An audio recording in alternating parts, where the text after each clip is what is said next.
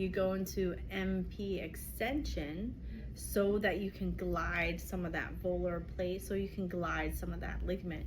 In this scenario, we have an EDC that is too strong, so we are getting an abnormal extension. So what we have to get is dorsal glide, not just extension. So you can get the same kind of movement from a dorsal glide without extending. So if you go into a dorsal glide, you're gonna move it. But if you go into extension, you have this. So you perpetuate an abnormal movement pattern. So you have to now address the abnormal movement pattern along with all the structures of the ligaments, but you have to pay attention to the abnormal movement patterns, which is the muscles and tendons. Right, so you have an EDC that's overextending, and then you have a flexor that now cannot flex. Stretch.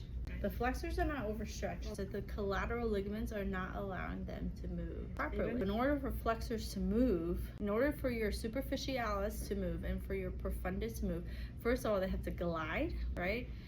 And they have to pull against the collateral ligaments, and they have to pull against your extensor tendons, your extensor hood.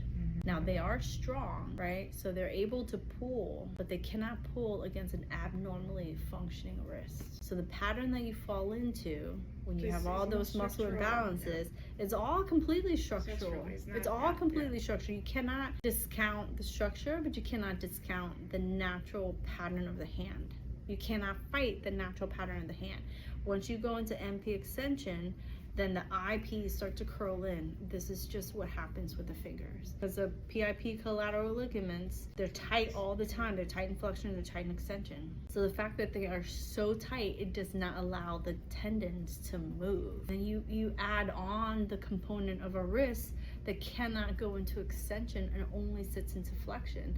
So the more it sits into flexion, the more you perpetuate the natural attitude of the hand. The natural attitude of the hand is that when the wrist is in flexion, the MPs go into extension. So if the wrist cannot move, then you keep getting stuck between the hand not being able to, because the hand cannot work like this. If the wrist cannot extend and the fingers cannot extend, this is the flexors, which you don't have strength either. You cannot do anything. And then you start drawing in from your shoulders and your elbows. So ligaments give us stability, but if they give us too much stability, we have no motion. If ligaments give us no stability, we have pain, right? That is the job of ligaments, period. Any part of your body. But you can't just think of them in isolation, because you have to now think of all the pieces and components put together.